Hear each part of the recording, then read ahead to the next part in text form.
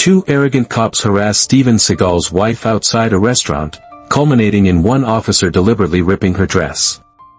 They thought they were untouchable. They didn't know they just awakened a storm in her legendary husband. The Los Angeles twilight was a soft, purple bruise against the skyline, the city's frantic pulse slowing to a steady, sophisticated hum. Music from a nearby jazz bar drifted on the warm evening air, a perfect soundtrack to a perfect night. From the grand double doors of Odyssey Grill, an upscale restaurant on Sunset Boulevard, Steven Seagal and his wife, Anja, emerged.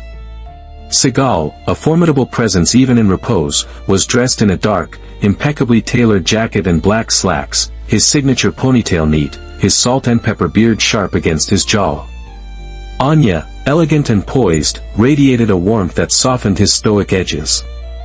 She wore a flowing, designer silk dress, a shimmering column of emerald green that caught the city lights. Her arm was looped through his, and they moved with the easy, synchronized grace of two people who shared a deep and unspoken connection. She leaned her head against his shoulder, her smile genuine. "That was perfect," she murmured, her voice a soft counterpoint to the city's distant noise. "You always know just what I need." A rare, subtle smile touched Seagal's lips. "Only the best for you," he replied, his voice a low, sincere rumble. They approached their sleek black SUV, parked discreetly a short distance away. The moment was serene, a pocket of peace in the heart of a sprawling metropolis. It was a perfection that was about to be shattered. Leaning against a black and white LAPD patrol car parked deliberately close to Seagal's SUV were two officers. They weren't on a routine patrol, they were observing, waiting, their postures radiating a lazy, predatory arrogance. The one in the lead, Officer Cole, was tall and broad-shouldered, with a permanent scowl etched into his features. His partner, Officer Dean, was wiry and sharp-eyed, chewing gum with a slow, insolent rhythm, his gaze immediately latching onto Anja. As the couple approached, Cole muttered something to Dean, just loud enough for the evening air to carry the sneering tone. "Look at this." Another Hollywood tough guy playing dress-up with his arm candy. Dean smirked, a greasy, unpleasant expression. "Check out the dress on her," he said, his voice dripping with a mixture of envy and contempt. "Bet that thing's worth more than my car." They both chuckled, a small, ugly sound that cut through the sophisticated ambience of the street. Seagal didn't break stride, but a subtle hardening in his eyes was the only sign he'd heard. Years of discipline kept his body relaxed, but his senses were on high alert. He felt Anja tense beside him, her smile faltering. "Ignore them, Steven," she whispered, her grip tightening on his arm. "Let's just get in the car and go." But the officers had no intention of letting them go. As Seagal reached for the handle of the SUV, Officer Cole pushed himself off his patrol car, stepping directly into their path. His tone was a mockery of politeness. "Evening, folks. Nice ride you got here," he said, his eyes circling the vehicle before landing back on them. "A little too nice for this neighborhood, don't you think?" Seagal's expression remained neutral, a mask of calm control. "Is there a problem, officer?" he asked, his voice level. Officer Dean stepped up beside his partner, his posture aggressive. "Actually, there is," he said, his tone oily. "We've had reports of a stolen vehicle matching this exact description. Just doing our due diligence." He smiled, a humorless baring of teeth. "You wouldn't happen to be driving a stolen car, would you, sir?" It was a classic, baseless pretext, a transparent excuse to harass and intimidate. Anja pressed closer to Seagal. "Steven, please," she murmured, her voice urgent. "Let's just show them the registration and leave. It's not worth it." Seagal kept his eyes locked on the officers, his voice unwavering. "The car is registered in my name. You are welcome to run the plates." Cole laughed, a short, sharp bark. "Oh, we will. We'll get right on that." His eyes, however, shifted to Anja, lingering on her with an invasive, appraising stare. "But first, that's quite a dress," he said with exaggerated admiration.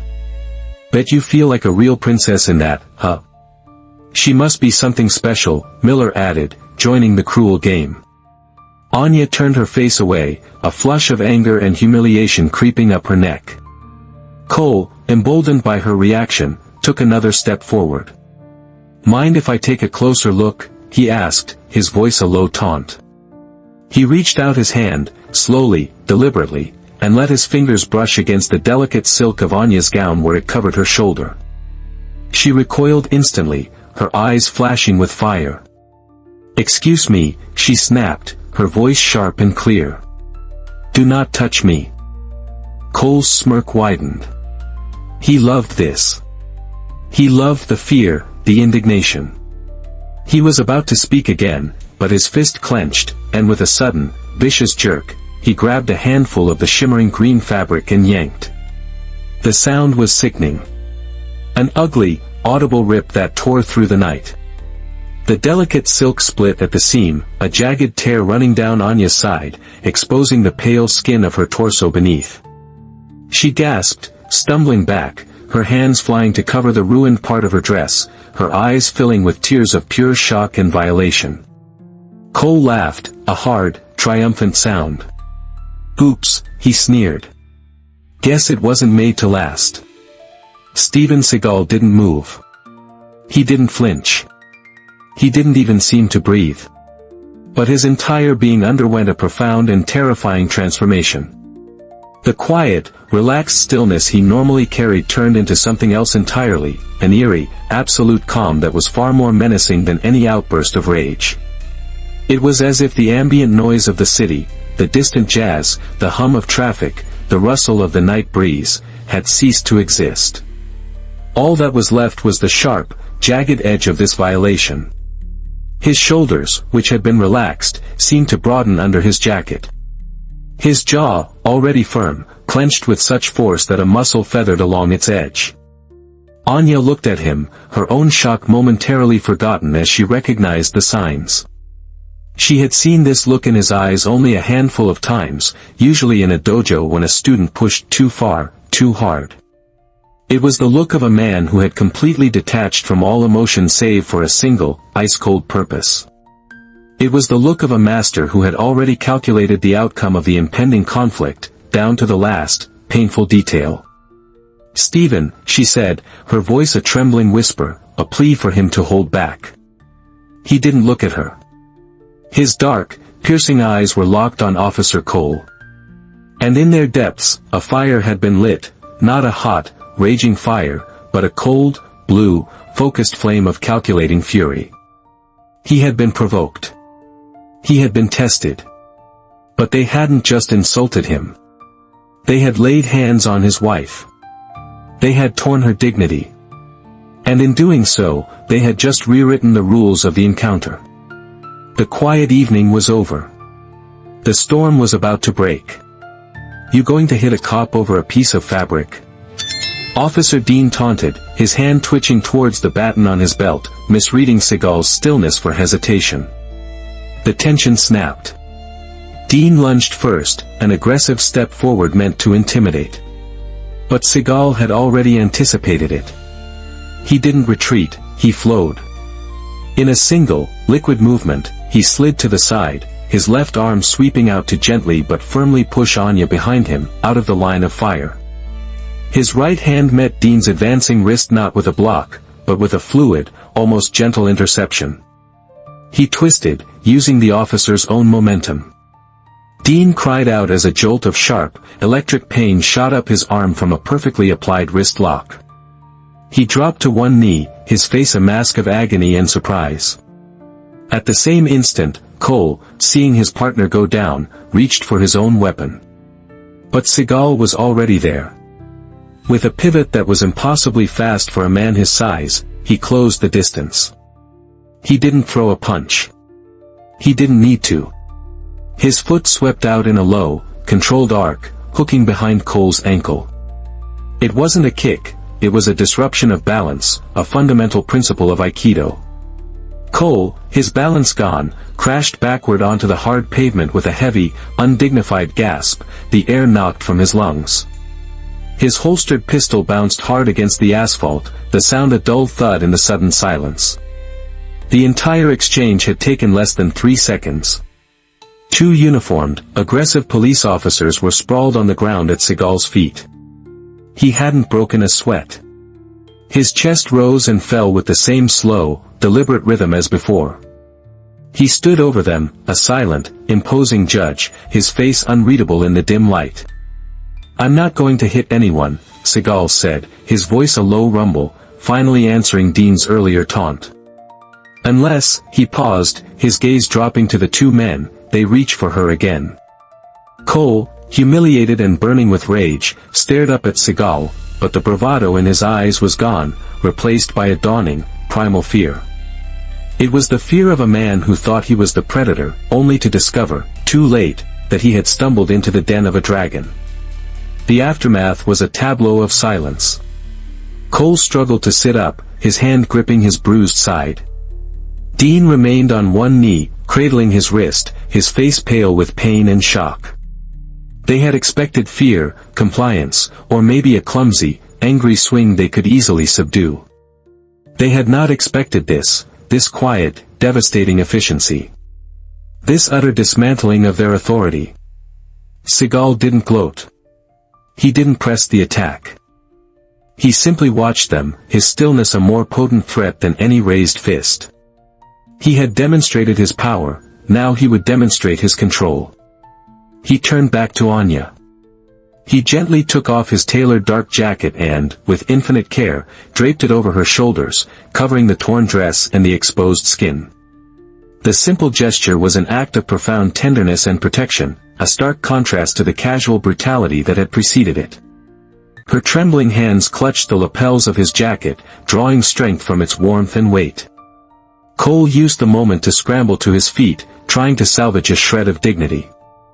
He limped toward his patrol car, snatching the radio. "We'll call this in," he said loudly, his voice shaky, trying to project a command he no longer possessed. "Assault on an officer. We need a supervisor down here." Seagal's voice cut through the night, cold and final. "You'll do nothing." Cole froze, his hand on the radio. "I am letting this go because my wife asked me to," Seagal continued, his voice low and unwavering. "But if you make that call, if you try to twist this story into something that suits your narrative, I will not be so generous. The security cameras on that restaurant," he nodded towards the building, "are very high resolution. I promise you, the truth will be seen." Dean looked like he wanted to vomit. Cole slowly, reluctantly, lowered the radio. Inside the quiet luxury of their SUV, the heavy silence returned, thick with the residue of the confrontation. Seagal drove smoothly through the glittering streets of Los Angeles, his hands steady on the wheel. Anja sat beside him, still wrapped in his jacket, watching the city blur past. "They would have kept going," she finally said, her voice a quiet whisper. "You stopped them." Seagal didn't reply for a long moment, navigating a turn. "They never expect someone to push back," he finally said. "They thought the uniform made them invincible." "You could have been arrested, Steven," she said, a note of fear still in her voice. "You could have lost everything." "I have lived 100 lives," he replied, glancing at her, his expression softening.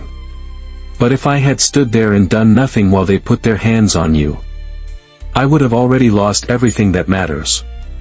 A quiet understanding passed between them. Then, as if summoned by their thoughts, Seagal's phone, connected to the car's Bluetooth, buzzed. It was an unknown number. He answered it, his eyes on the road. A voice, distorted slightly but unmistakably Officer Cole's, came through the speakers. "You think this is over?" the voice spat, filled with a pathetic, wounded venom. "You embarrassed us. You made us look weak. That doesn't just go away. Next time, maybe we stop being so nice. Maybe next time, your movie magic won't save you." Click. The line went dead. Anja stared at the dashboard, her face pale.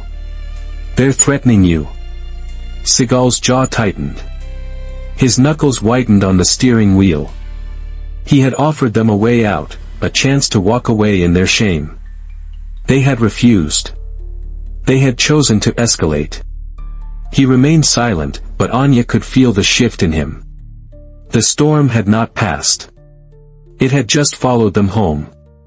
The lesson wasn't over. The first light of dawn crept over the Hollywood Hills, painting the sky in soft hues of orange and pink.